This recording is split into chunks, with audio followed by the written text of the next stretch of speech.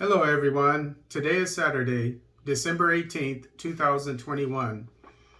Over Ethiopia's objections, UN rights body backs war monitor. This is taken from AP News.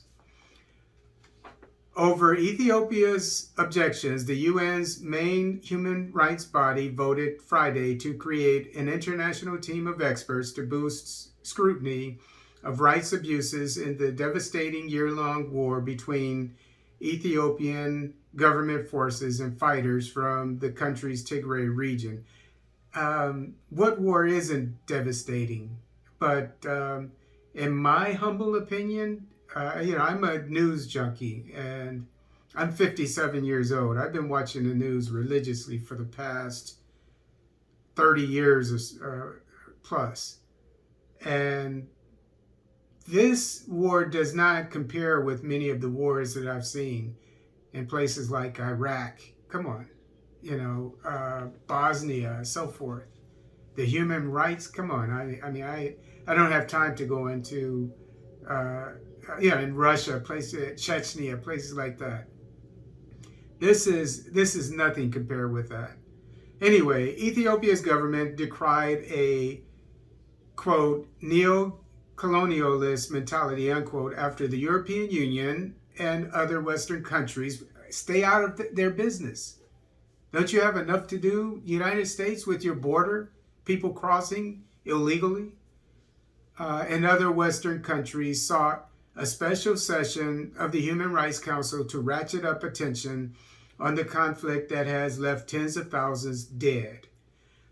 A resolution that won the Council's approval on a 21-15 vote with 11 countries abstaining creates a 3-person team with a 1-year mandate to monitor and report on rights abuses in Ethiopia.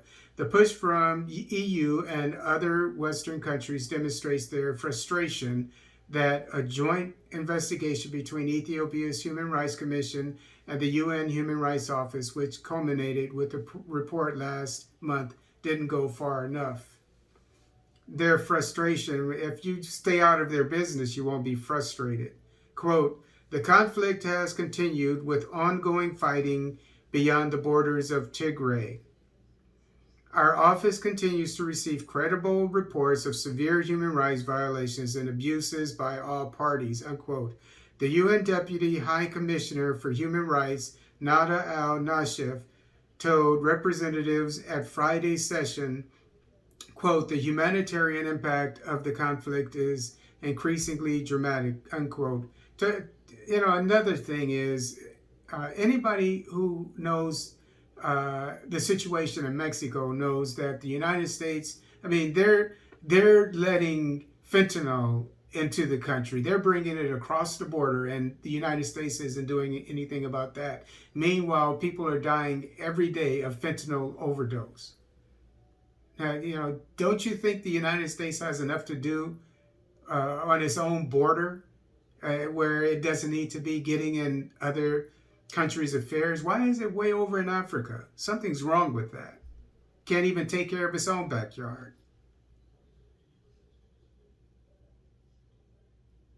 Nearly 10 million people in northern Ethiopia face acute food insecurity, and at least 2 million have been forced to flee their homes. Humanitarian workers have little access and face hostility. Ethiopia's government has sought to restrict reporting on the war and detain some journalists, including a video freelancer accredited to the Associated Press, Amir Aman Kiyaro.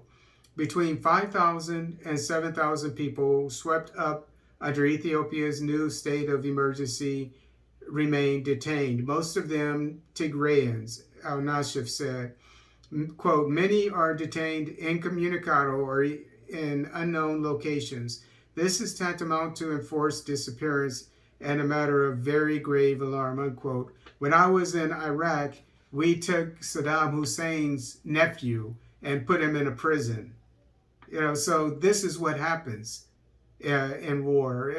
If a government feels that it needs to protect people or keep them away from other people for safety reasons or security reasons, then that's what they do during war.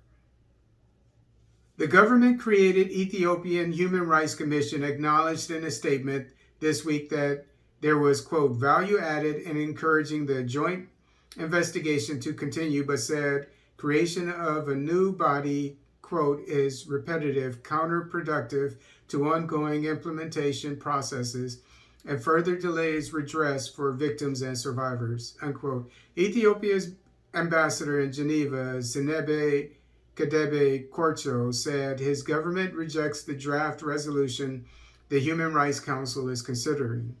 At Friday's session, he called the resolution a, quote, deliberate destabilization effort, unquote, and said the government, quote, will not cooperate with any mechanism imposed on it, unquote. The Africa group of nations at the council backed his position in a separate statement. So Africa doesn't want this, but it's being shoved down the throat of an African country by the EU and the United States and the UN.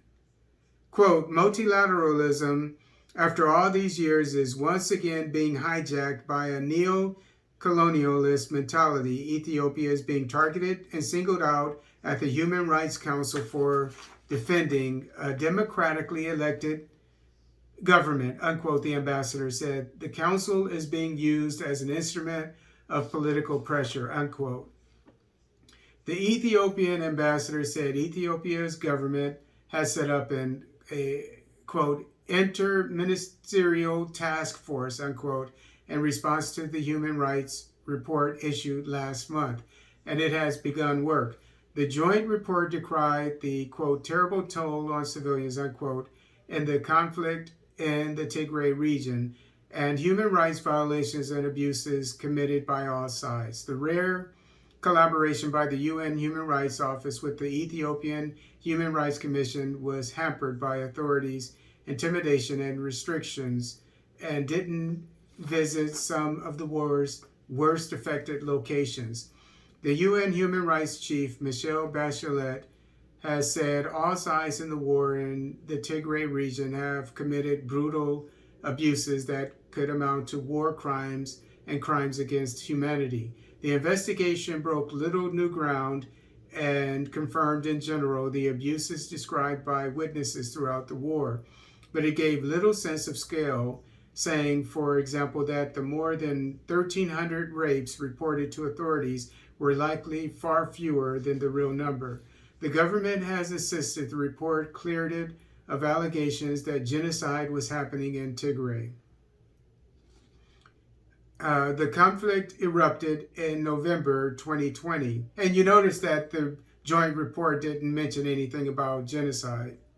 Anyway, the conflict erupted in November 2020 after political falling out between the Tigray forces that long dominated the national government and Prime Minister Abiy Ahmed's current government. Let's put this in perspective. Okay, in U.S.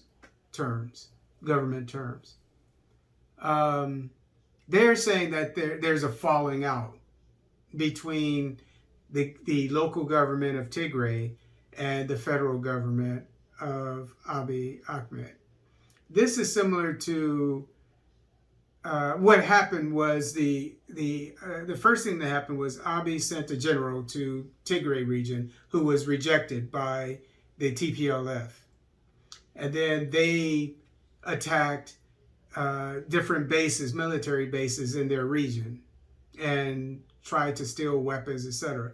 So this is similar to the governor of Florida after being told that a general sent by the Pentagon to his state that they had to accept him. He would be there, for the reserves, and because the reserves are, unlike the National Guard, which is controlled by state governments, the reserves are controlled by the national government.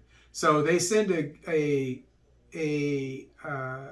general there to be in charge of all of the forces of the reserves in Florida, and the governor of Florida rejects and his administration rejects this general. It's the same as that. That's unthinkable in U.S. politics. And then after that, the government, local government of Florida attacks the reserve bases, and there are many. They have their bases throughout the state. Attacks them, looking for weapons. It's the same thing as that, but they're saying that there was a falling out. Come on. The TPLF started the war. And so when the way they're reporting this to the Western audience, citizens, is that it's just a falling out between two different parties. No, it's not. It's